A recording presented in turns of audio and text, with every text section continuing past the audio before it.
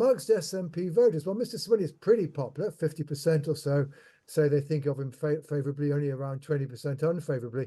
But his figures still, despite what's happened the last 12 months, pale into insignificance as compared with those for Nicola Sturgeon amongst SNP supporters. Over 80% of them still think of her favourably. And this takes us to our second criterion. What the SNP also need, however, is somebody who can be an advocate effectively the SNP's cause between now and the general election to get the SNP back on the foot, indeed also to be able to start talking about independence, and thereby try to open up the gap from Labour, back from Labour in the opinion polls. And that's the thing that we're not sure that Mr. Swinney can do. The immediate political question in Scotland this morning is who succeeds Humza Yousaf as SNP party leader and probably First Minister. The bigger question is, where is Scotland going? What does this all mean for independence? In a moment, the author and political commentator Ian McWhirter. But first, the polling guru, Professor Sir John Curtice from Strathclyde University, who has some strong criticism of the SNP this morning. Good morning to you. Good morning to you. What do you have to say about the outgoing First Minister and the people who want to succeed him? Well, Mr. Yousaf ended up being a rather unpopular First Minister. Indeed, the relative weakness of his popularity was illustrated way back in the original leadership election just over 12 months ago, when he only won narrowly by 52% to 48%.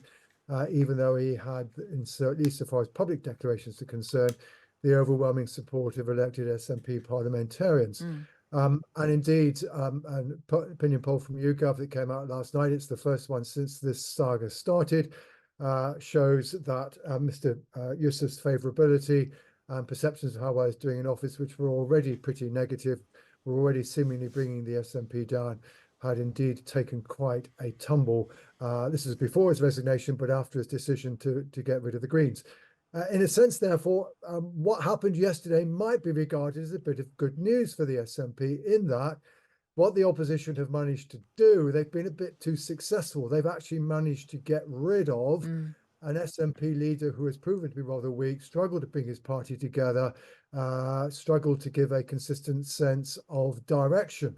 And now at least the SNP have an opportunity, although it comes with risks, to replace him with an alternative. Now, I think the difficult question is whether there's anybody inside the SNP who can fulfill what is required, which I would regard as twofold. One is indeed to steady the ship, to unite the party, but also be able to bring back together that coalition of people that stretch from one end of the spectrum from Fergus Ewing, deep skeptic of the relationship with the Greens, long-standing critic of many of Humza Yousaf's policies, and at the other end, Patrick Harvey and Lord Swaiter.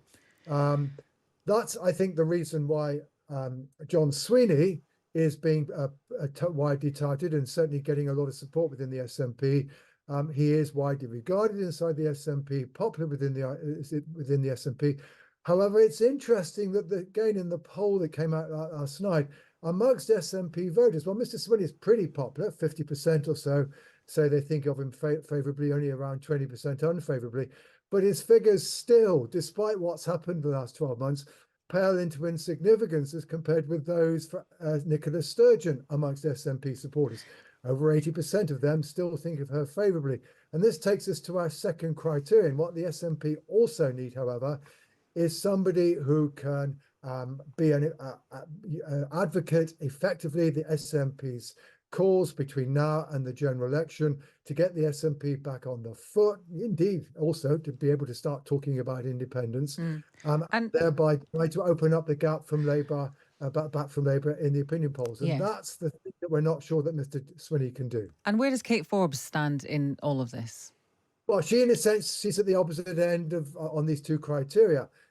Although she's clearly in some of her columns recently in the National, that's the pro-SNP newspaper north of the border, has been trying to say, look, we need to work with the Greens and this is important. But, she has been pretty critical of some of the things that are associated with the Greens. And of course, her socially conservative values are very, very different from those of most Green members. On the other hand, very good speaker, very sharp politically, and perhaps is somebody who, unlike Mr. Swinney, has demonstrated an ability to campaign effectively and to reach out to a wider audience. And it's also certainly has a degree of popularity with the SNP.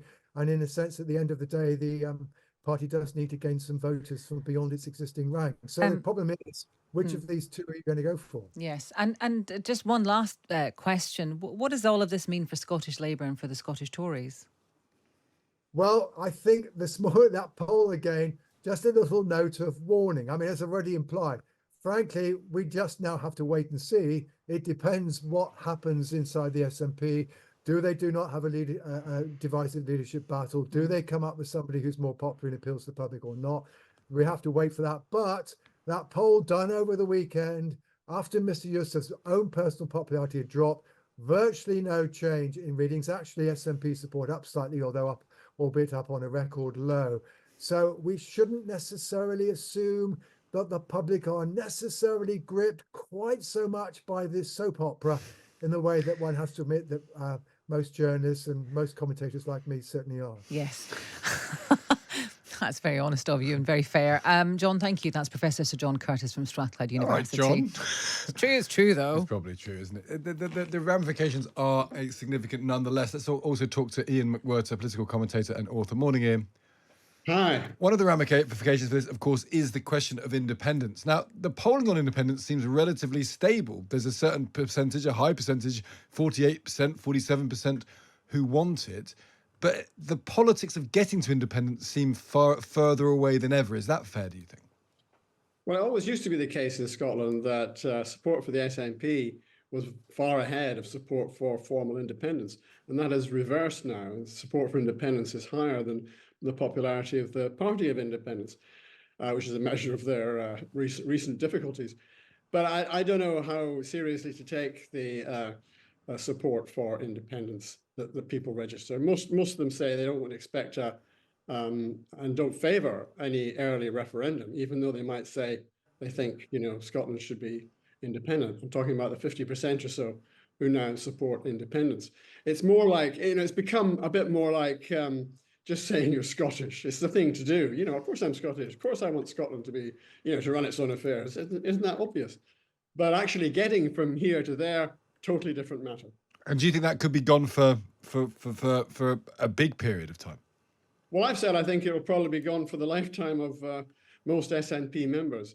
And that may sound a bit shocking, but you've got to remember the average age of an SNP activist is 55 years. So we're talking basically about a generation. I can't see this mess being resolved in that time. You've got to look back to history. I mean, there's much talk this morning about, well, John Swinney coming in as a sort of safe pair of hands.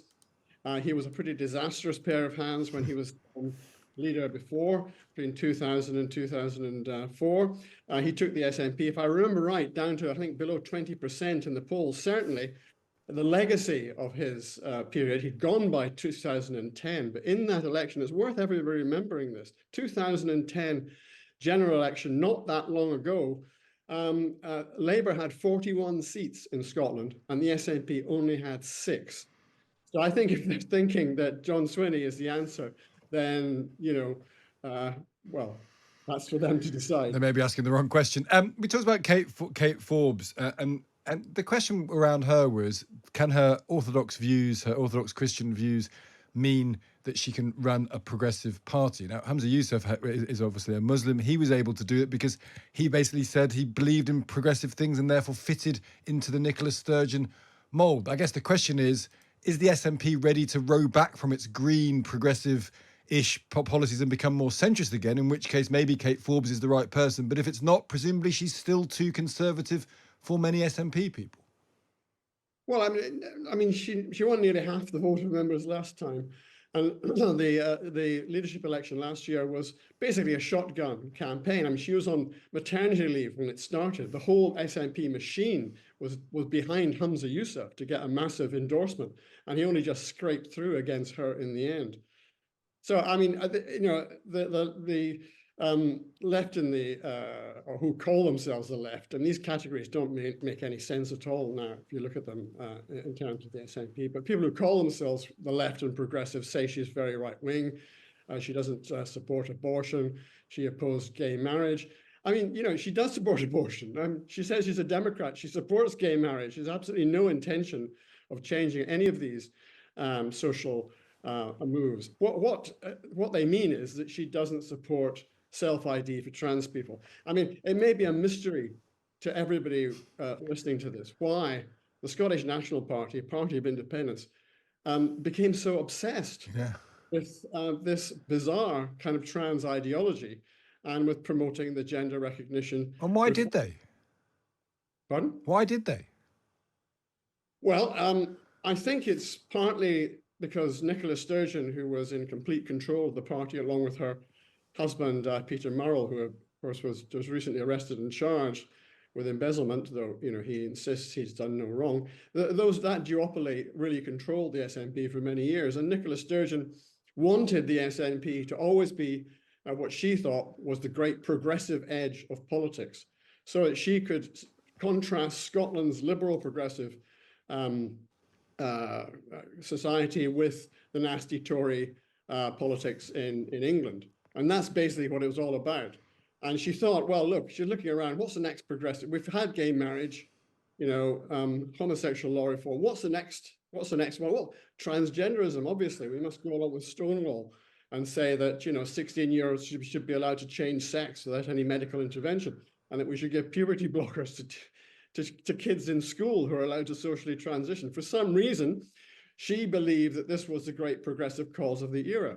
And because her control of the party was so complete, she was able to basically move the party in this direction. That's interesting. A lot of people left the SNP precisely because of its abandonment of what it was supposed to be, its raison d'etre. And that's what's happened now. That's what's caused the latest split.